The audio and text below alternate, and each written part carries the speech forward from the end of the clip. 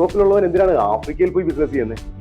അങ്ങനെയാണ് നമ്മൾ ഈ ഒരു ഓപ്പർച്യൂണിറ്റിയെ കുറിച്ച് പഠിക്കുന്നത്. അപ്പൊ ഇവര് പലരും അവിടെ ബിസിനസ് സ്റ്റാർട്ട് ചെയ്യുന്നു. പിന്നീട് നമ്മൾ മനസ്സിലാക്കിയപ്പം ഈ ഡെവലപ്പ് ആകാത്ത സ്ഥലത്താണ് നമുക്ക് ഓപ്പർച്യൂണിറ്റി ഉള്ളത്. എല്ലാം തികഞ്ഞ നാടിന് നമ്മളെ വലിയ ആവശ്യമില്ല. ഗോൾഡ് ആൻഡ് ഡയമണ്ട് ട്രേഡിങ് നിയമവിധേയമാണ്. ഇപ്പൊ ഡയമണ്ടിന്റെ കേസിലാണെങ്കിൽ അത് പറഞ്ഞാൽ വിശ്വസിക്കുമെന്നറിയില്ല, നിങ്ങൾക്ക് ഒരു മീൻ ചന്തയിൽ പോയി ബാർഗെയിൻ ചെയ്യുന്നതിനേക്കാൾ മികച്ച രീതിയിൽ ബാർഗെയിൻ ചെയ്ത് നിങ്ങൾക്ക് വാങ്ങിക്കാവുന്ന സാധനമാണ് റഫ് ഡയമണ്ട്. ആഫ്രിക്കയിൽ പലതിനും പ്രൊഡക്ഷൻ യൂണിറ്റുകൾ ഇല്ലാത്ത സാഹചര്യമുണ്ട്. അതായത് ഒരു 30-40 വർഷം മുമ്പുള്ള ഇന്ത്യയുടെ ഒരു അവസ്ഥയിൽ നിൽക്കുന്ന രാജ്യങ്ങളിൽ നമ്മൾ പലപ്പോഴും ചിന്തിക്കാറില്ലേ, അയ്യോ അന്ന് ഞാൻ ഈ ബിസിനസ് തുടങ്ങിയിരുന്നെങ്കിൽ ഇപ്പൊ ഞാൻ ഭയങ്കര ഡെവലപ്പ് ആകുമായിരുന്നു. അപ്പോൾ ഇനി അങ്ങനെ ടൈം ട്രാവൽ ചെയ്ത് പോകാൻ നമുക്ക് ഇന്ത്യയിൽ പറ്റത്തില്ല, പക്ഷെ ആഫ്രിക്കയിലേക്ക് നമുക്ക് പോകാം. ഇവിടുത്തെ പല സ്ട്രഗ്ലിംഗ് പ്രൊഫഷനും അവിടെ ഈ പണം കായ്ക്കുന്ന മരമാണ്. പലയിടത്തും ടാക്സ് ഹോളിഡേയ്സ് വരുന്ന രാജ്യങ്ങളുണ്ട്. ഇപ്പൊ സെനഗൽ, അങ്കോള പോലുള്ള രാജ്യങ്ങൾ ടാക്സ് ഹോളിഡേ 10 വർഷം വരെ നിങ്ങൾ സർക്കാരിന് എത്ര നിങ്ങൾ സമ്പാദിച്ചാലും ടാക്സ് കൊടുക്കണ്ട. അത് ഡിഫറെന്റ് സെക്ടറുകൾക്ക് കൊടുക്കുന്നുണ്ട്. ഇപ്പൊ ഡിപ്പെൻസ് ഓൺ എന്താണ് നിങ്ങളുടെ പ്രോജക്റ്റ് എന്നതിനനുസരിച്ചാണ് രാജ്യം നമുക്ക് തിരഞ്ഞെടുക്കുക. Country selection is very important actually. പലപ്പോഴും നമുക്ക് ഈ ചതിക്കുഴികൾ കാണുമ്പോൾ ഭയങ്കര രസമാണ്. കാരണം 100 രൂപ മുടക്കിയാൽ നിങ്ങൾക്ക് 1000 രൂപ ലാഭം കിട്ടുമെന്ന് പറയുന്ന ഓഫറുകൾ വരുമ്പോൾ നമ്മളാണെങ്കിലും എടുത്ത് ചാടാൻ നമുക്കൊന്ന് തോന്നും. പക്ഷെ നമുക്ക് നേരത്തെ അറിയായിരുന്നു ഇത് പ്രശ്നമാണ്. അപ്പൊ അവിടെ നമ്മൾ 100 രൂപ മുടക്കുന്നവന് 20 രൂപ ലാഭം കിട്ടുവാണെങ്കിൽ അത് നോർമൽ പ്രോഫിറ്റ് ആണ്. പല കോഫി ഷോപ്പിലും ചെന്നിരിക്കുമ്പോൾ ഇത് ഏത് കാലത്ത് ദൈവമേ ഇത് ബ്രേക്ക് ഈവൻ ആകും, കാരണം ഇവരുടെ ഈ പ്രോഫിറ്റ് കൊണ്ട് ഇത് ബ്രേക്ക് ഈവൻ ആണെന്ന് നോക്കും. പക്ഷെ ആഫ്രിക്കയിൽ നമ്മൾ പ്രൊമോട്ട് ചെയ്യുന്ന ബിസിനസ്സുകളെല്ലാം തന്നെ ഒരു വിത്തിൻ 1 ഇയറിൽ ബ്രേക്ക് ഈവൻ ആകുകയോ പ്രോഫിറ്റിലേക്ക് വരികയോ ചെയ്യുന്നതാണ്. ആഫ്രിക്കയിൽ എന്ത് ബിസിനസ്സിലും ഒരേ ഒരു റൂളേ ഉള്ളൂ, ക്യാഷ് ആൻഡ് ക്യാരി. കടം കൊടുക്കരുത്, കടം വാങ്ങിക്കരുത്. നിങ്ങൾക്ക് ആരെങ്കിലും കടം തരാമെന്ന് പറഞ്ഞാൽ, കടമായി എന്തെങ്കിലും തരാമെന്ന് പറയുന്നുണ്ടെങ്കിൽ അയാൾ ഫ്രോഡാണ്. നിങ്ങളോട് കടം ചോദിക്കുന്നുണ്ടെങ്കിൽ അയാൾ ഫ്രോഡാണ്. അപ്പൊ എന്ത് പാർട്ട്ണർഷിപ്പ് ആണെങ്കിലും കച്ചവടം കഴിയുമ്പോൾ എന്റെ പൈസ എന്റെ കയ്യിൽ, നിങ്ങളുടെ പൈസ നിങ്ങളുടെ കയ്യിൽ.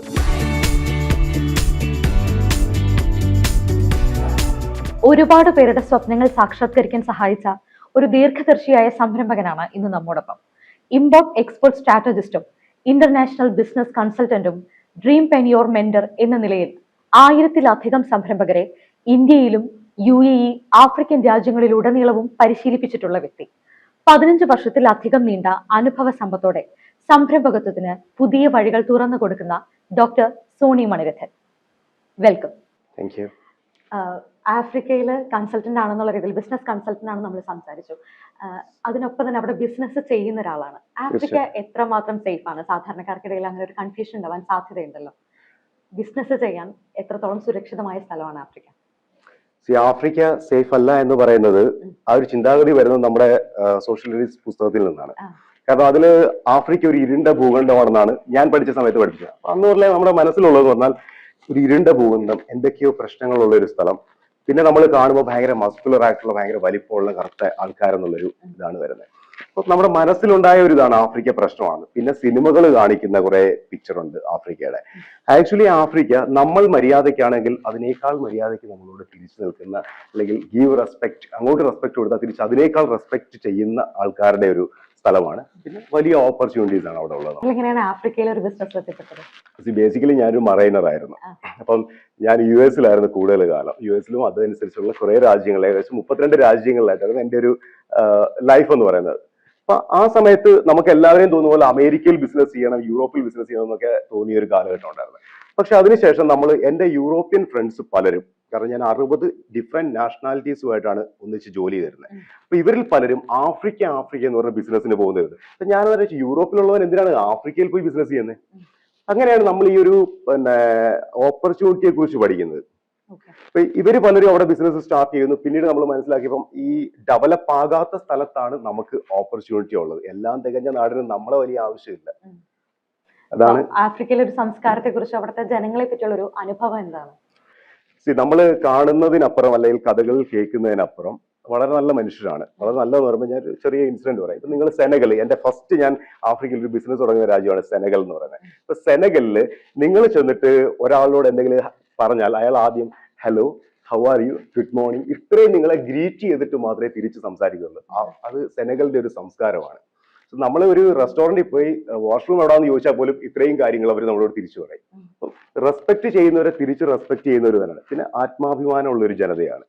എല്ലാം ഫ്രീ ആയിട്ട് വാങ്ങിക്കത്തൊന്നുമില്ല.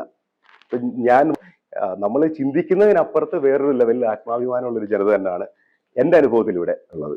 ഈ ആഫ്രിക്കയിൽ ബിസിനസ് ചെയ്യുന്നു എന്ന് പറയുമ്പോൾ കോർപ്പറേറ്റുകൾ അവിടെ ബിസിനസ് ചെയ്യുന്നു എന്ന് നമുക്ക് ചിന്തിക്കാം. സാധാരണക്കാർക്ക് എത്രത്തോളം ഒരു പോസിബിലിറ്റി ഉണ്ട് അവിടെ? നമുക്ക് കോർപ്പറേറ്റുകൾ എന്ന് പറഞ്ഞാൽ ഇന്ത്യയിലെ കോർപ്പറേറ്റുകൾക്ക് പലതും മൈനിങ് ഉൾപ്പെടെയുള്ള ഒരുപാട് ബിസിനസ്സുകൾ അവിടെ ഉണ്ട്.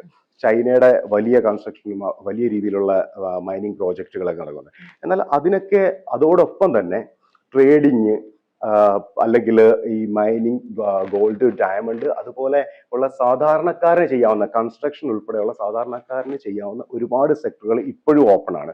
പിന്നെ ആഫ്രിക്കയിൽ എല്ലാം തികഞ്ഞ കുറച്ച് രാജ്യങ്ങളുണ്ട്. കോർപ്പറേറ്റുകൾക്ക് മാത്രം ഇനി എൻട്രി ചെയ്യാൻ പറ്റുന്ന അവസ്ഥകൾ. നമ്മൾ അത് തിരഞ്ഞെടുക്കണ്ട. നമുക്ക് സുരക്ഷിതമായിട്ടുള്ള നമുക്ക് അവസരങ്ങളുള്ള വേറെയും രാജ്യങ്ങളുണ്ട്. ഞാൻ പറഞ്ഞ 54 രാജ്യത്തിൽ നമുക്ക് പറ്റുന്ന ഒരുപാട് രാജ്യങ്ങളുണ്ട്. നമ്മുടെ ബഡ്ജറ്റ് അനുസരിച്ച് നമുക്ക് തിരഞ്ഞെടുക്കാവുന്ന ഒരുപാട് അവസരങ്ങൾ ഇപ്പോഴും ഉണ്ട്. സോണി അവിടെ ചെയ്യുന്ന ബിസിനസ്സുകൾ എന്തൊക്കെയാണ്? സോ നമ്മൾ മെയിനായിട്ട് ഇപ്പോൾ ചെയ്യുന്നത് മെഷീനറി റെന്റൽ, അതേപോലെ തന്നെ മൈനിങ്, അഗ്രികൾച്ചർ, പിന്നെ നമ്മുടെ ഒരു സ്റ്റാർട്ടിങ് മുതൽ നമ്മൾ ചെയ്തുകൊണ്ടിരുന്ന ഇപ്പോഴും ചെയ്യുന്നതാണ് ട്രേഡിങ്. അതായത് ആഫ്രിക്കയിലെ പല സാധനങ്ങളും ഇന്നും ഇന്ത്യയിൽ നിന്ന് എക്സ്പോർട്ട് ചെയ്ത് അവിടെ എത്തിച്ച് അവിടെ വിൽക്കുകയാണ് ചെയ്യുന്നത്. ഈവൻ പാർലേജിക്ക് 5 രൂപയുടെ ഒരു പാക്കറ്റ് ബിസ്ക്കറ്റ് ഉണ്ടെന്നുള്ളത് ഇന്ത്യക്കാരന് അറിയത്തില്ല, പക്ഷെ ആഫ്രിക്കയിൽ ഈ സാധനം കിട്ടുന്നുണ്ട്. അത് വാങ്ങിക്കാൻ ആളുണ്ട്. അതും ഇന്ത്യൻ മണി 65 രൂപയ്ക്ക് അത് വാങ്ങിക്കാൻ ആളുണ്ട് അവിടെ. അപ്പം അവിടുത്തെ ഒരു പ്രോഫിറ്റ് എന്ന് പറയുന്നത് മറ്റ് യൂറോപ്പിലേക്ക് എക്സ്പോർട്ട് ചെയ്യുന്നതിനേക്കാൾ ബെറ്റർ പ്രോഫിറ്റ് ആണ് ഇവിടെ. ഇന്ത്യക്കാർക്ക് അവിടെ ആഫ്രിക്കൻ ഭൂഖണ്ഡത്തില് അവിടുത്തെ രാജ്യങ്ങളിൽ ബിസിനസ് ചെയ്യുന്നത് കൊണ്ട് എന്തെങ്കിലും ബെനിഫിറ്റ്, കൂടുതൽ എന്തെങ്കിലും ബെനിഫിറ്റ് ഉണ്ടോ? തീർച്ചയായിട്ടും. കാരണം നിങ്ങൾ ഇന്ത്യയിൽ ഒരു പ്രൊഡക്ഷൻ യൂണിറ്റ്, ഒരു സാധാരണ എന്തെങ്കിലും ഒരു കമ്പനി തുടങ്ങുകയാണ്, ഒരു ചെറിയ സ്മോൾ സ്കെയിൽ യൂണിറ്റ് തുടങ്ങുകയാണെങ്കിൽ നിങ്ങൾക്ക് ഇവിടെ കിട്ടുന്നതിന്റെ ഏകദേശം 4 ഇരട്ടിയോ അതിന് മുകളിലോ ആണ് ആഫ്രിക്കയിൽ നിങ്ങൾക്ക് കിട്ടുന്ന ബെനിഫിറ്റ് എന്ന് പറയുന്നത്. ഞാനത് ഒരു എക്സാജുറേറ്റ് ചെയ്ത് പറയുമല്ല.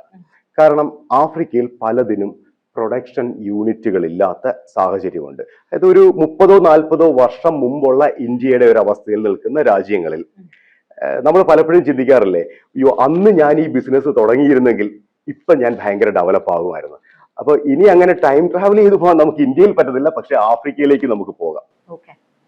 അതേപോലെ തന്നെയാണ് പലരും 70കളിലൊക്കെ ഗൾഫിൽ ബിസിനസ് തുടങ്ങിയവർ ഇന്ന് ഭയങ്കരമായിട്ട് ഡെവലപ്പ് ചെയ്തത്. ഗൾഫിന്റെ തുടക്കകാലത്ത് അവരുടെ ഒരു ഡെവലപ്പിംഗ് പീരീഡിൽ ഒപ്പം നിന്നവര് വലിയ രീതിയിൽ സമ്പത്ത് ഉണ്ടാക്കുന്ന ഒരു സാഹചര്യം ഉണ്ടായി.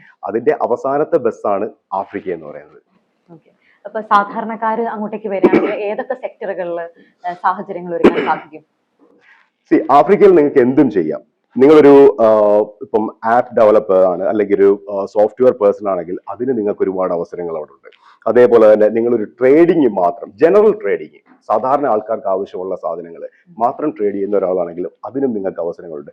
ടെക്സ്റ്റൈല്, ഇനി ഒരു ഫിഷറീസുമായിട്ട് ബന്ധപ്പെട്ട, കാരണം ആഫ്രിക്കയിൽ കടൽ തീരമുള്ള ഒരുപാട് രാജ്യങ്ങളുണ്ട്, പക്ഷെ അവർക്ക് പലർക്കും പ്രോസസ്സിംഗ് യൂണിറ്റുകളില്ല. യൂറോപ്പും ആഫ്രിക്കയും തമ്മിലുള്ള ദൂരം 14 നോട്ടിക്കൽ മൈൽ മാത്രമാണ്. നമ്മളെക്കാൾ വളരെ അടുത്ത് കിടക്കുന്നു. എക്സ്പോർട്ട് ചെയ്യാനാണെങ്കിൽ ആഫ്രിക്കയിൽ നിങ്ങൾക്ക് പ്രോസസ് ചെയ്ത പ്രോഡക്റ്റുകൾ എക്സ്പോർട്ട് ചെയ്യാം, അഗ്രികൾച്ചർ ചെയ്യാം, മൈനിങ് ചെയ്യാം, സാധാരണക്കാരനും ഗോൾഡും ഡയമണ്ടും ഒക്കെ ആക്ച്വലി ട്രേഡ് ചെയ്യാം. കൃഷി ഇന്ത്യയിൽ തന്നെ ഒരു പ്രധാനപ്പെട്ട ഒരു വ്യവസായ മേഖലയാണ്. അപ്പോൾ ഇവിടത്തേതിൽ നിന്നും എന്ത് വ്യത്യാസമാണ് ആഫ്രിക്കയിൽ പോയി കൃഷി ചെയ്താൽ ഉണ്ടാവുന്നത്? സോ ഫസ്റ്റ് ഓഫ് ഓൾ ആഫ്രിക്കയിൽ നിങ്ങൾക്ക് വളരെ കുറഞ്ഞ റേറ്റിൽ നിങ്ങൾക്ക് ലാൻഡ് കിട്ടും. ലീസിന്, ലോങ് ലീസിന് ലാൻഡ് കിട്ടും. ഗവൺമെന്റ് അഗ്രികൾച്ചറിന് വലിയ സപ്പോർട്ട് നൽകുന്നുണ്ട്. കാരണം അവർക്ക് ഭക്ഷ്യവസ്തുക്കളുടെ ക്ഷാമമുണ്ട്. അതുകൊണ്ട് തന്നെ അഗ്രികൾച്ചറിന് വലിയ സപ്പോർട്ടാണ്. ഇനി മറ്റൊന്ന് പറഞ്ഞാൽ അവിടെ വളരെ കുറഞ്ഞ ലേബറിൽ നിങ്ങൾക്ക് ആൾക്കാരെ ജോലിക്ക് കിട്ടും. ഇപ്പൊ നമ്മൾ ഒരു 2000 ഏക്കർ നിലവിൽ നമ്മളിപ്പം എഗ്രിമെന്റിൽ എടുത്തിട്ടുണ്ട് കൃഷി ചെയ്യാൻ വേണ്ടിയാണ്. അത് കാഷ്യൂ കൃഷി ചെയ്യാനാണ് ഉദ്ദേശിക്കുന്നത്. ഹൈബ്രിഡ് കാഷ്യൂ ആണ് നമ്മൾ അവിടെ ചെയ്യാനിപ്പോൾ ഉദ്ദേശിക്കുന്നത്. അപ്പൊ അത് 100 ഏക്കറിന്റെ പല പാർട്ടായിട്ട് പലർക്കായിട്ട് കൊടുക്കുകയാണ്. പക്ഷെ ഒന്നിച്ച് ഓണർഷിപ്പ് 100 ഏക്കർ വെച്ച് പലരുടെ പേരിലായിരിക്കും. ഒന്നിച്ച് കൃഷി ചെയ്യുക, ഒരേപോലെ ചെയ്യുക എന്നുള്ളതാണ്. ഈ കാഷ്യൂവിന്റെ ഒരു അഡ്വാൻറ്റേജ് എന്താ വെച്ചാൽ കാഷ്യൂ ഏറ്റവും ലോ മെയിൻ്റനൻസ് ഉള്ള ഒരു വിളയാണ്. വർഷത്തിൽ ഒരൊറ്റ പ്രാവശ്യം ഇതിന് വളമിട്ടാൽ മതി. പിന്നെ മറ്റു പല ഇതും പോലെ ഡെയിലി പോയി ഇതിന്റെ കായ പറിക്കുകയൊന്നും ചെയ്യേണ്ട, താഴെ വീണ് അവിടെ കിടന്നോളും. നമുക്ക് ഇതിന്റെ നട്ട് മാത്രം മതി. സോ വർഷം 15 കിലോ ഹൈബ്രിഡ് കാഷ്നട്ട് ചെടിയിൽ നിന്ന് 15 കിലോ നട്ട് കിട്ടും. സോ അങ്ങനെ വെച്ച് നോക്കുകയാണെങ്കിൽ 25 years ആണ് സാധാരണ ഫസ്റ്റ് അഗ്രിമെന്റ്. നമുക്കത് 100 years വരെ എക്സ്റ്റെൻഡ് ചെയ്ത് കൊണ്ടുപോകാം. 75 വർഷം ക്യാഷ്യൂവിന് ആയുസുണ്ട്. സോ നോക്കുകയാണെങ്കിൽ 100 ഏക്കർ ചെയ്യുന്ന ഒരാൾക്ക് വർഷം 2 കോടി മുതൽ 3 കോടി രൂപ വരെ കൺസിസ്റ്റന്റ് ആയിട്ട് എന്റെ കാലശേഷവും എന്റെ മക്കൾക്ക് ഇത് ചെയ്യാവുന്ന രീതിയിലൊക്കെയുള്ള ഒരു സാഹചര്യമുണ്ട്. അപ്പൊ അവിടെ മറ്റെന്തൊക്കെ വിളകൾക്കാണ് സാധ്യതയുള്ളത്? പച്ചക്കറി കൃഷി ചെയ്യാം. പിന്നെ അതേപോലെ തന്നെ തെങ്ങ്, നമ്മള് കേരളം തിങ്ങും കേരള നാടെന്ന് പറയുമ്പോൾ ഈ തെങ്ങ് ആഫ്രിക്കയിൽ കൃഷി ചെയ്താൽ യൂറോപ്പാണ് ഇതിന്റെ ഏറ്റവും വലിയ വിപണി എന്ന് പറഞ്ഞത്. അതും തെങ്ങിന്റെ നമ്മൾ പോലും അറിയാതെ ഈ മടല് മുതല് ചകിരി ഇതെല്ലാം നമ്മൾ വിടുന്നത്. പക്ഷെ ഇതെല്ലാം അതേപോലെ എടുക്കാനായിട്ട് കോൺട്രാക്ട് കൃഷി ചെയ്യിപ്പിക്കാൻ ആൾക്കാരുണ്ട്. അതായത് ഈ വർഷം നിങ്ങളുടെ വിളവ് എന്താണോ അതിന്റെ പണം നിങ്ങൾക്ക് അഡ്വാൻസ് ആയിട്ട് തന്നിട്ട് വിളവെടുപ്പ് അവർ ചെയ്തോളും എന്ന് പറയുന്ന രീതിയിൽ യൂറോപ്യൻ കമ്പനികൾ റെഡി ആയിട്ടുണ്ട്.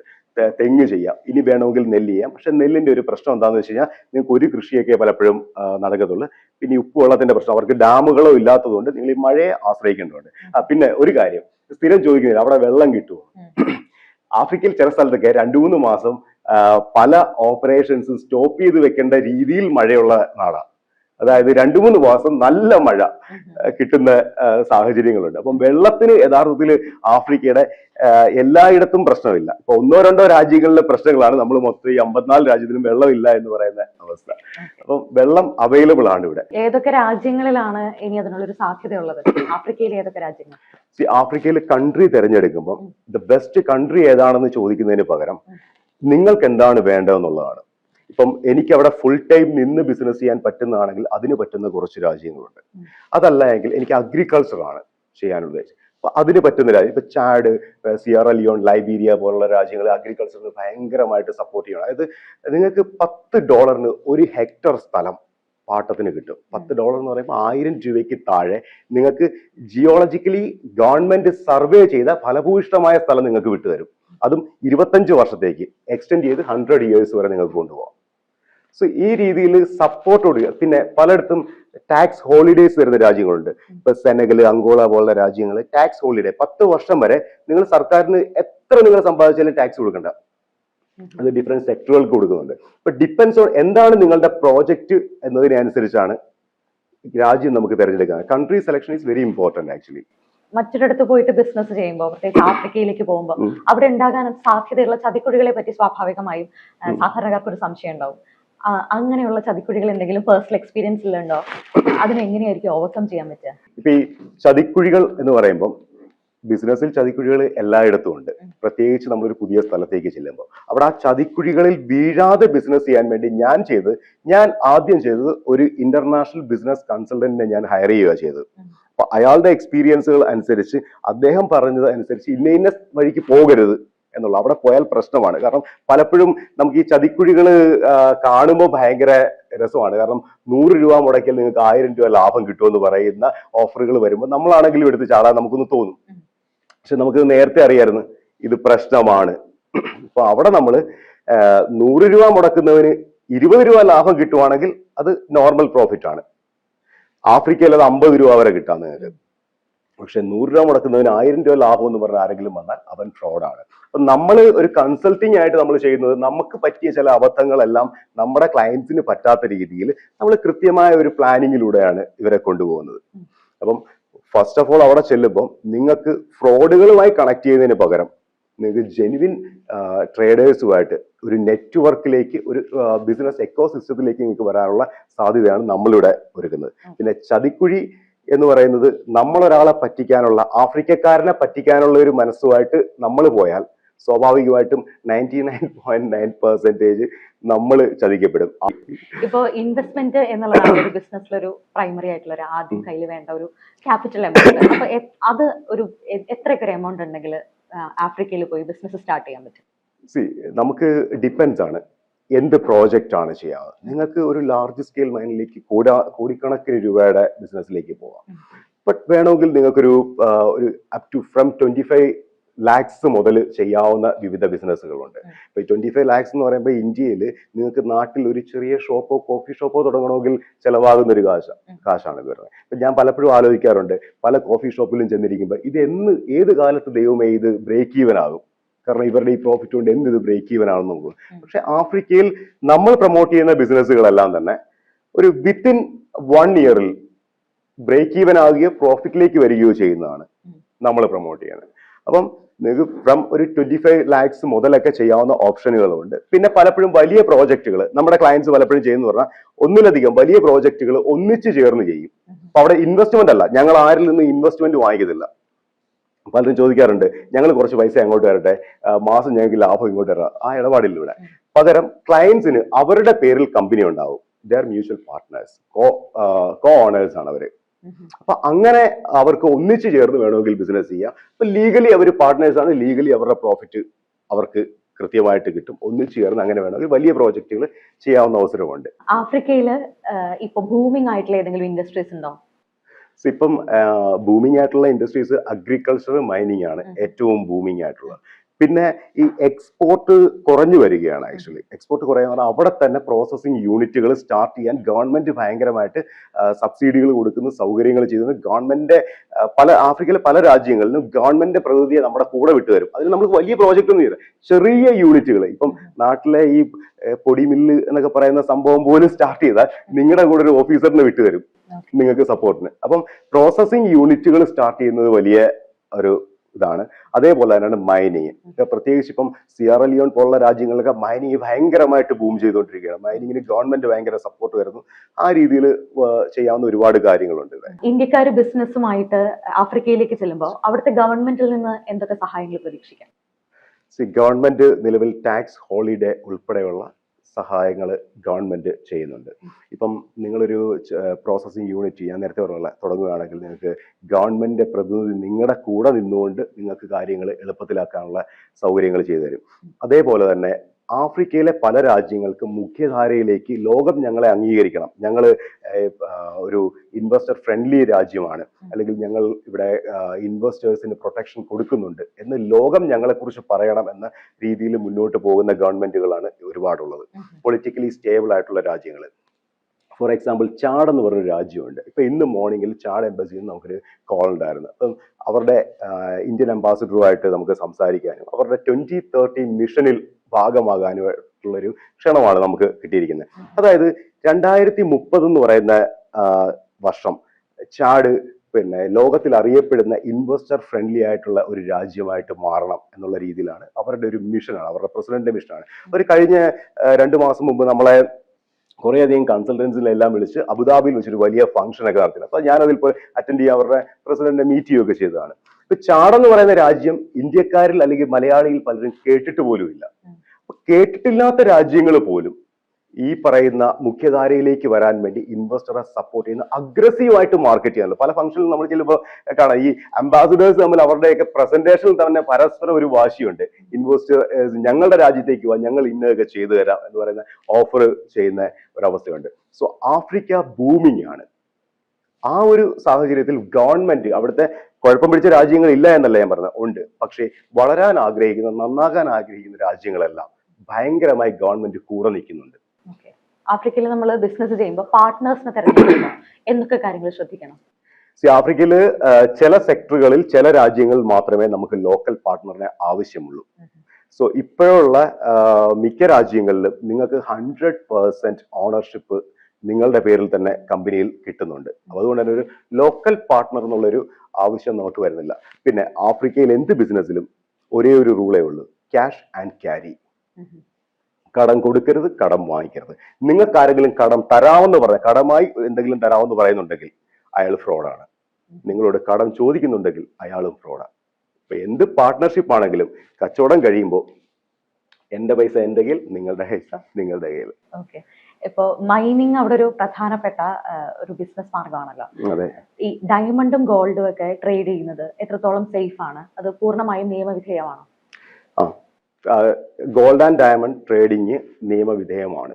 ഇപ്പൊ ഡയമണ്ടിന്റെ കേസിലാണെങ്കിൽ വളരെയധികം ആരും ശ്രദ്ധിക്കാതെ പോകുന്ന, അല്ലെങ്കിൽ മലയാളിക്ക് വലിയ പരിചയമില്ലാത്തൊരു കാര്യമാണ് റഫ് ഡയമണ്ട്. അതായത് ഖനനം ചെയ്ത് എടുത്ത ഉടനെയുള്ള ഡയമണ്ട്. ഇത് പറഞ്ഞാൽ വിശ്വസിക്കുമെന്നറിയില്ല, നിങ്ങൾക്ക് ഒരു മീൻ ചന്തയിൽ പോയി ബാർഗെയിൻ ചെയ്യുന്നതിനേക്കാൾ മികച്ച രീതിയിൽ ബാർഗെയിൻ ചെയ്ത് നിങ്ങൾക്ക് വാങ്ങിക്കാവുന്ന സാധനമാണ് റഫ് ഡയമണ്ട്. നിങ്ങൾ കൂടെ വാ, ഞാൻ കാണിച്ചു തരാം. അൺകട്ട് ഡയമണ്ട്, അതായത് എടുത്ത അതേപോലെയുള്ള ഡയമണ്ട്. അത് നിങ്ങൾക്ക് ടെസ്റ്റ് ചെയ്ത് നിങ്ങൾക്ക് ഇഷ്ടമുള്ളത് തിരഞ്ഞെടുത്ത് നിങ്ങൾക്ക് വാങ്ങിക്കാം. പിന്നെ കിംബർലി പ്രോസസിംഗ് സർട്ടിഫിക്കറ്റ് എന്ന് പറയും. അതായത് വേൾഡ് മുഴുവൻ ഈ ഇതിന്റെ അതായത് ബ്ലഡ് ഡയമണ്ട്, ഇല്ലീഗലായ ഡയമണ്ട് ഒഴിവാക്കാൻ വേണ്ടി ഡയമണ്ട് ഖനികളുള്ള രാജ്യങ്ങൾ ചേർന്നെടുത്ത ഒരു അസോസിയേഷനാണിത്. ആ സർട്ടിഫിക്കറ്റോട് കൂടി നിങ്ങൾക്ക് ഇന്ത്യയിലേക്ക് കൊണ്ടുവരാം. ഇന്ത്യയിൽ ഈ സാധനത്തിന് നിങ്ങൾക്ക് 0.25 മാത്രമേ ഉള്ളൂ ഇമ്പോർട്ട് ടാക്സ്. കാരണം വിശ്വസിച്ചാലും ഇല്ലെങ്കിലും ലോകത്തിൽ ജനങ്ങൾ ഉപയോഗിക്കുന്ന ഡയമണ്ട്സിന്റെ 80% ഇന്ത്യയിൽ കട്ട് ആൻഡ് പോളിഷ് ചെയ്യുന്നതാണ്. കാരണം സൂരറ്റ് മാത്രം. വേൾഡിലെ ഏറ്റവും വലിയ വേൾഡ്സ് ലാർജസ്റ്റ് ഓഫീസ് ബിൽഡിംഗ് എവിടാണെന്നറിയോ? അമേരിക്കയിലല്ല, ഇന്ത്യയിലാണ് വേൾഡ്സ് ലാർജസ്റ്റ് ഓഫീസ് ബിൽഡിംഗ്. അത് ഡയമണ്ടിന്റെ മാത്രമാണ് സൂരറ്റിലുള്ളത്. അപ്പൊ അത്രയും വലിയൊരു ഇൻഡസ്ട്രിയാണ് ഇന്ത്യയെ സംബന്ധിച്ച് ഡയമണ്ട് എന്ന് പറയുന്നത്. അപ്പൊ ലീഗലായി നമുക്ക് ഒരു ചെറിയൊരു കാര്യങ്ങൾ പഠിക്കാൻ തയ്യാറായി കഴിഞ്ഞാൽ നമുക്ക് ചെയ്യാവുന്ന ഒരു കാര്യമാണ് ഡയമണ്ട്. അതേപോലെ തന്നെ ഗോൾഡ്. ഈ ഗോൾഡിന്റെയാണ് ഏറ്റവും കൂടുതൽ ഈ ചതിയിൽ പോയ ആൾക്കാർ പെട്ടുള്ള കേസുകളൊക്കെ കേൾക്കുന്നത് അതിലാണല്ലോ. ഇഷ്ടം പോലെ ഫ്രോഡ് കേസ്, കാശ് പോയവരുണ്ട് ഇഷ്ടം പോലെ ആണ്. സോ ഗോൾഡ് എന്ന് പറയുന്നത്, ഗോൾഡിന്റെ ട്രേഡ് ചെയ്യണമെങ്കിൽ ഓടിപ്പോയി അടുക്കി വെച്ചിരിക്കുന്ന കുറെ ബാറുകൾക്കിടയിൽ നിന്ന് നിങ്ങൾ കുറഞ്ഞ വിലയ്ക്ക് വാങ്ങിച്ചു അത് നേരെ ദുബായി കൊണ്ടുവന്ന് വിൽക്കുക എന്ന് പറയുന്ന പ്രോസസ് അല്ല. ഗോൾഡ് നിങ്ങൾക്ക് പ്രോഫിറ്റബിൾ ആയിട്ട് ചെയ്യണമെന്നുണ്ടെങ്കിൽ നിങ്ങൾ മൈൻസിൽ നിന്ന് കളക്ട് ചെയ്യണം. അത് നിങ്ങൾ അവിടെ ആള് നിന്ന് ഡെയിലിയോ അല്ലാതെയോ നിന്ന് കളക്ട് ചെയ്ത് ആ സാധനം ലീഗലായി ദുബായി കൊണ്ടുവരാം. 100% ലീഗലാണിത്. 100% ഗവൺമെന്റിന്റെ സെക്യൂരിറ്റി വേണമെങ്കിൽ നിങ്ങൾക്ക് ആവശ്യപ്പെടാം. ഗവൺമെന്റ് നിങ്ങളുടെ കൂടെ എയർപോർട്ട് വരെ നിങ്ങളെ ഫ്ലൈറ്റിലാക്കി തരും. ഇനി മറ്റൊരു കാര്യം എന്താ വെച്ച് കഴിഞ്ഞാൽ, ഗോൾഡിൽ ശ്രദ്ധിക്കേണ്ട ഒരു കാര്യം എന്ന് പറഞ്ഞാൽ, ഗോൾഡ് ഏത് രാജ്യത്തു നിന്ന് നിങ്ങൾ എടുക്കുന്നു എന്നുള്ളത് ഇമ്പോർട്ടന്റ് ആണ്. കാരണം ഫോർ എക്സാമ്പിൾ എനിക്ക് ഏറ്റവും കൂടുതൽ എൻക്വയറി വരുന്നതാണ് തൻസാനിയ എന്ന് ചെയ്യാൻ പറ്റുള്ളൂ. ഇപ്പൊ തൻസാനിയയുടെ ഒരു രസകരമായ സംഭവം, തൻസാനിയയിൽ ഗവൺമെന്റിന് നമ്മൾ അങ്ങോട്ട് 6% ടാക്സ് കൊടുക്കണം ഗോൾഡ് ഇങ്ങോട്ട് കൊണ്ടുവരുന്നതിന്. പിന്നെ മറ്റ് ചാർജുകളെല്ലാം കൂടെ ഏകദേശം 9% ഗവൺമെന്റിന് കൊടുക്കണം. ഗോൾഡിന്റെ പ്രോഫിറ്റ് എന്ന് പറയുന്നത് 4% മുതൽ 7% വരെ. ഈ 7% പ്രോഫിറ്റ് ഉള്ള സാധനത്തിന് 9% സർക്കാരിന് കൊടുക്കേണ്ട രാജ്യത്ത് പോയി നിങ്ങൾ വാങ്ങിക്കുകയാണെങ്കിൽ, അല്ലെങ്കിൽ അവിടുന്ന് നിങ്ങൾക്ക് വലിയ വില കുറച്ച് തരാവുന്ന ഒരാൾ പറയുകയാണെങ്കിൽ, സ്വാഭാവികമായിട്ട് ഇത് ഫ്രോഡാണ്. നമ്മൾ ആ വഴികളെല്ലാം അടക്കുകയാണ് ചെയ്യുന്നത്. സോ പ്രോഫിറ്റ് ചിലപ്പോൾ ഒരു അല്പം കുറഞ്ഞാലും നിങ്ങൾ സേഫ് ആയിട്ട് ബിസിനസ് ചെയ്യും. ആൻഡ് ലോങ് ടൈമിൽ നിങ്ങൾക്ക് ബിസിനസ് ചെയ്യാൻ പറ്റും. സോണി അപ്പോ ആഫ്രിക്കയിൽ ബിസിനസ് ചെയ്യാൻ ആഗ്രഹിക്കുന്നവർക്ക് എന്ത് തരം സഹായങ്ങളായിരിക്കും, എന്ത് സർവീസ് ആണ് പ്രൊവൈഡ് ചെയ്യുന്നത്? സോ ഫസ്റ്റ് ഓഫ് ഓൾ എൻ്റെ മെയിൻ പ്രൊഫഷൻ എന്ന് പറയുന്നത് ബിസിനസ് ആണ്. ഞാൻ ബിസിനസ്സുകാരനാണ്. അപ്പൊ എന്റെ ബിസിനസ്സിനോടൊപ്പമാണ് ഇതൊരു പാഷനാണ്. എനിക്ക് സംസാരിക്കാൻ ഇഷ്ടമാണ്. എനിക്ക് തോന്നുന്നു ഞാൻ ചോദിച്ച ചോദ്യത്തിന് ആവശ്യത്തിൽ കൂടുതൽ ആൻസർ പറഞ്ഞ ഒരാളാണെന്ന് തോന്നുന്നു. അപ്പൊ എനിക്ക് സംസാരിക്കാൻ ഇഷ്ടമാണ്, ആൾക്കാരെ മോട്ടിവേറ്റ് ചെയ്യാൻ ഇഷ്ടമാണ്. ആൻഡ് എന്തെങ്കിലുമൊക്കെ സ്ട്രാറ്റജിക്കലായിട്ട് കാര്യങ്ങൾ ചെയ്യുക. എന്റെ വിജയം മാത്രമല്ല, ഇപ്പൊ നമ്മളൊരു കൂടെ നിൽക്കുന്ന ഒരാളെ വിജയിപ്പിച്ചെടുക്കുന്നതൊക്കെ എനിക്ക് ഭയങ്കര ത്രില്ലിംഗ് ആയിട്ട് തോന്നുന്നൊരു കാര്യമാണ്. അപ്പം അവിടെ ബിസിനസ്സിനൊപ്പം നമ്മൾ ചെയ്യുന്ന ഒരു കാര്യമാണ് ഈ പറയുന്ന കൺസൾട്ടിങ് എന്നുള്ളത്. അതായത് പുതിയതായിട്ട് ബിസിനസ്സിലേക്ക് വരാൻ ആഗ്രഹിക്കുന്ന ആൾക്കാർക്ക് ഹാൻഡ് ഹോൾഡിംഗ് സപ്പോർട്ടാണ് ഞങ്ങളുടെ ഫേം കൊടുക്കുന്നത്. അതായത് ഭവിഷ്യ എന്ന് പറയും, ഫ്യൂച്ചർ എന്നുള്ള മീനിങ് ആണ് ഞങ്ങൾ വെച്ചിരിക്കുന്നത്. അപ്പൊ അത് നിങ്ങൾക്ക് നിങ്ങളുടെ ബിസിനസ്, നിങ്ങളുടെ ബഡ്ജറ്റ് അനുസരിച്ചുള്ള ബിസിനസ് ഏത് രാജ്യത്ത് എങ്ങനെ ചെയ്യാം, എന്നിട്ട് അതിന് പറ്റിയ പാർട്ട്നേഴ്സ് എന്ന് പറഞ്ഞാൽ നിങ്ങൾക്ക് നിങ്ങളുടെ ബയേഴ്സ്, സെല്ലേഴ്സ് അല്ലെങ്കിൽ നിങ്ങളുമായി അസോസിയേറ്റ് ചെയ്യുന്ന ഒരു കൃത്യമായ നെറ്റ്വർക്കിലേക്ക്, ഞങ്ങളുടെ ഒരു നെറ്റ്വർക്കിലേക്ക് നിങ്ങളെ ആഡ് ചെയ്തുകൊണ്ട് നിങ്ങൾക്ക് സുഗമമായിട്ട് ഒരു കുഞ്ഞിനെ എങ്ങനെയാണ് കൈപിടിച്ച് നമ്മൾ നടക്കാൻ പ്രായമാക്കുന്ന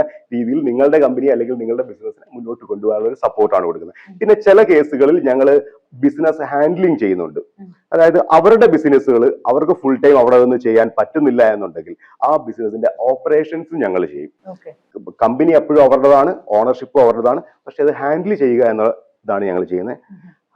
ഇത്രയുമാണ് നമ്മൾ ചെയ്യുന്ന സാധാരണഗതിയിലുള്ള സർവീസുകൾ. സോണിയെ കാണണമെങ്കിൽ ഫീസ് അടച്ച് വെയിറ്റ് ചെയ്യണം, സംസാരിക്കണമെങ്കിൽ അല്ലെങ്കിൽ കൺസൾട്ടേഷൻ എടുക്കണമെങ്കിൽ നമ്മൾ കാത്തിരിക്കേണ്ടതുണ്ട്. അതെന്തുകൊണ്ട് അങ്ങനെ ഒരു പെയ്ഡ് കൺസൾട്ടേഷൻ മാത്രം മതി എന്ന് തീരുമാനിക്കുന്നു? എൻ്റെ ഒരു ഇതില് ബിസിനസിനെ കുറിച്ച് അറിയാനാണെങ്കിൽ നിങ്ങൾക്ക് ഇന്റർനെറ്റ് ഉണ്ട്, യൂട്യൂബ് ഉണ്ട്, ഒരുപാട് സാധ്യതകളുണ്ട്. അവിടെ പോയി നിങ്ങൾക്ക് ബിസിനസിനെ കുറിച്ച് ജസ്റ്റ് അറിയാൻ വേണ്ടിയാണെങ്കിൽ അറിയാം. നമ്മുടെ തന്നെ ഒരുപാട് കണ്ടന്റ്സ് ഉണ്ട്. പക്ഷെ നിങ്ങൾ ബിസിനസ് ചെയ്യാനാണെങ്കിൽ മാത്രം എൻ്റെ അടുത്തേക്ക് വന്നാൽ മതി. ബിസിനസ് ചെയ്യാൻ വില്ലിങ് ആയിട്ടുള്ള ഒരാളിനോട് മാത്രമേ നമുക്ക് സംസാരിക്കാൻ താല്പര്യമുള്ളൂ. അതല്ല എങ്കിൽ ഞാൻ ഈ രാവിലെ തൊട്ട് വൈകുന്നേരം വരെ ആൾക്കാരോട് സംസാരിക്കേണ്ടതായിട്ടൊരു സാഹചര്യം വരും. എൻ്റെ ബിസിനസ്സുകൾ ഇതിനോടൊപ്പം റൺ ചെയ്തുകൊണ്ടിരിക്കുകയാണ്. അപ്പം എനിക്ക് അത്രയും പൊട്ടൻഷ്യൽ ആയിട്ടുള്ള ആൾക്കാരോട് മാത്രം സംസാരിക്കാൻ വേണ്ടിയാണ് അത് വെച്ചിരിക്കുന്നത്.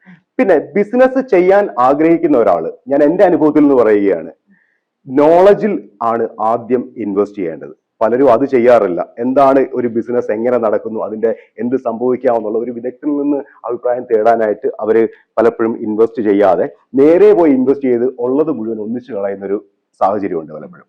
അതുകൊണ്ട് തന്നെ നമ്മൾ ചെയ്യുന്നത്, ഞാൻ നിങ്ങൾക്ക് വേണ്ടി സംസാരിക്കണമെങ്കിൽ എന്റെ സമയത്തിന് വില തന്നേ പറ്റൂ. അതല്ല എങ്കിൽ ഞാൻ നിങ്ങളോട് ഫ്രീ ആയിട്ട് സംസാരിക്കുകയാണെങ്കിൽ ഞാൻ ആ ഫ്രീ എന്ന് പറയുന്നത് ഒരിക്കലും ഫ്രീ അല്ല. ആ ഫ്രീക്ക് പുറകിൽ നിങ്ങളെ എൻ്റെ ഒരു സിസ്റ്റത്തിലേക്ക് കൊണ്ടുവന്ന് എനിക്ക് ലാഭം ഉണ്ടാക്കാനുള്ളൊരു വ്യഗ്രത എനിക്കുണ്ടാവും. പക്ഷെ ഇതിൽ ഈ ഞങ്ങളുടെ കൺസൾട്ടൻറ്റിൽ ഞങ്ങൾ ഒരു തരത്തിലും നിങ്ങളെ ക്യാൻവാസ് ചെയ്യുന്നില്ല. ചിലരോട് ഞാൻ പറയാറുണ്ട്, നിങ്ങൾ ഈ ബിസിനസ് തുടങ്ങരുത്, ഇപ്പം നിങ്ങൾ അതിന് ഓക്കെ അല്ല. ചിലരോട് നമ്മൾ അങ്ങോട്ട് തന്നെ പറയാറുണ്ട്, ഇതിപ്പോ ബിസിനസ് നിങ്ങൾ ചെയ്യരുത്, ഇപ്പം നിങ്ങൾ ചെയ്യാൻ ചാടി ഇറങ്ങിയാൽ നിങ്ങൾക്ക് നഷ്ടമായിരിക്കും. കാരണം ആ ഒരു സ്പേസ് നമുക്ക് ആവശ്യമാണ് ഇതിൽ. ഓരോ വ്യക്തിയെയും അനലൈസ് ചെയ്ത് കൂടിയാണ് തീർച്ചയായിട്ടും. ഇപ്പം നിങ്ങൾക്ക് അത് ഈ പറ്റുന്ന ഒരു ചിലര് വലിയ എക്സ്പെക്ടേഷനോട് കൂടി വരും. അപ്പൊ അത്രയും എക്സ്പെക്ടേഷൻ ഇവിടെ കിട്ടത്തില്ല എന്ന് പറയുമ്പോൾ എന്നാലും കുഴപ്പമില്ല. പിന്നെ അല്ലെങ്കിൽ വീട് പണയം വെച്ച കാശുമായിട്ട് എനിക്ക് ഇൻവെസ്റ്റ് ചെയ്യുന്നതിന്റെ പിറ്റേ ദിവസം മുതൽ തന്നെ എനിക്ക് ഇത് കിട്ടണം, റിട്ടേൺ കിട്ടണം. അപ്പൊ അങ്ങനെയുള്ള ഇൻവെസ്റ്റ്മെന്റുകളും ഉണ്ട്, അങ്ങനെയുള്ള ബിസിനസ്സുകളും ഉണ്ട്. നമുക്ക് ആ ബിസിനസ് തന്നെ വ്യക്തികൾക്ക് അനുസരിച്ചാണ്. അതായത് നിങ്ങൾക്ക് ഫ്രം ഡേ 1 നിങ്ങൾക്ക് റിട്ടേൺ വേണോ, അങ്ങനെയാണെങ്കിൽ അതിന് പറ്റിയ ബിസിനസ്സുകളുണ്ട്. ഇനി അതല്ല, നിങ്ങൾക്ക് ഒരു ഇച്ചിരി കൂടെ വെയിറ്റ് ചെയ്യാം, കുറച്ചുകൂടെ ഒരു 3 months 6 months ശേഷം നിങ്ങൾക്ക് ഒരു ഇൻകം സ്റ്റാർട്ട് ചെയ്താൽ മതിയോ, അതുവരെയുള്ള ഒരു വിൻഡോ നിങ്ങൾക്ക് ഹാൻഡിൽ ചെയ്യാൻ പറ്റുന്ന ഒരു വിൻഡോ നിങ്ങളുടെ ഇതുണ്ടെങ്കിൽ അങ്ങനെ സ്റ്റാർട്ട് ചെയ്യാം. അപ്പൊ അതില്ലാത്ത ഒരാളിനെ നമ്മൾ കൊണ്ടുപോയിട്ട് ഈ പെട്ടെന്ന് എടുത്തു ചാടാനായിട്ട് റെഡിയാകുന്ന ആളിനെ നമ്മൾ പുറകിൽ പുഷ് ചെയ്യാൻ പാടില്ല എന്നാണ് എന്റെ വിശ്വാസം. അവസാനമായിട്ട് ചോദിക്കാനുള്ളത്, ഇത്രയും യാത്ര ചെയ്ത ഒരാളാണ്, 15 വർഷത്തോളമായിട്ട് ബിസിനസ് രംഗത്തുണ്ട്. ആഫ്രിക്ക നൽകുന്ന ഒരു പാഠം എന്താണ്? ആഫ്രിക്ക നൽകുന്ന പാഠം എന്ന് പറഞ്ഞാൽ ഈ പറയുന്ന പോലെ പേടിക്കേണ്ട ഒരു സ്ഥലമല്ല ആഫ്രിക്ക.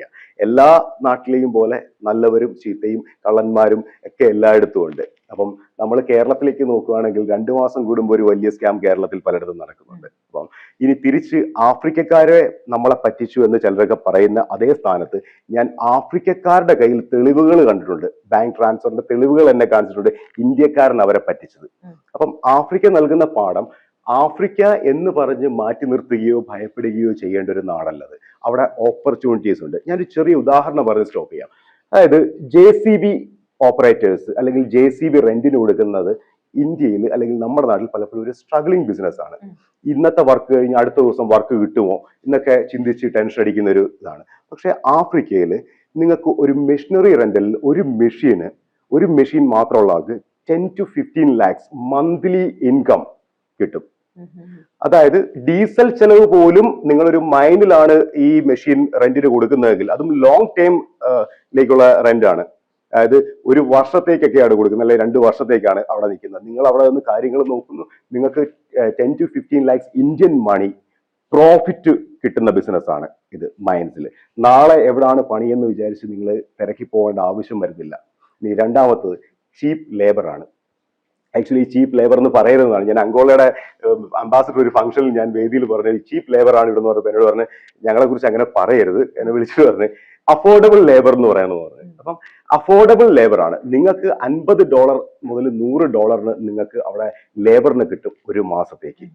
പിന്നെ ചെലവുകൾ വളരെ കുറവാണ്, ഡിമാൻഡ് ഉണ്ട് അവിടെ, ഈ സാധനങ്ങൾക്ക് ആവശ്യകതയുണ്ട്. അപ്പൊ വ്യത്യാസം ഇവിടുത്തെ പല സ്ട്രഗ്ലിംഗ് പ്രൊഫഷനും അവിടെ ഈ പണം കായ്ക്കുന്ന മരമാണ്. ഞാനത് നിസ്സാരമായിട്ടാണ് ഈ ഒരു മെഷീന്റെ മാത്രം കാര്യം പറഞ്ഞത്. അപ്പം ആഫ്രിക്ക പേടി, ആൾക്കാർ ഭയപ്പെടുന്നുണ്ടെങ്കിൽ ആ ഭയവും നല്ലതാണ്. കാരണം കുറെ പേര് അവിടെ ഭയപ്പെട്ടിരിക്കുമല്ലോ, അപ്പോഴും നമ്മുടെ ഓപ്പർച്യൂണിറ്റി വലുതായിരിക്കും.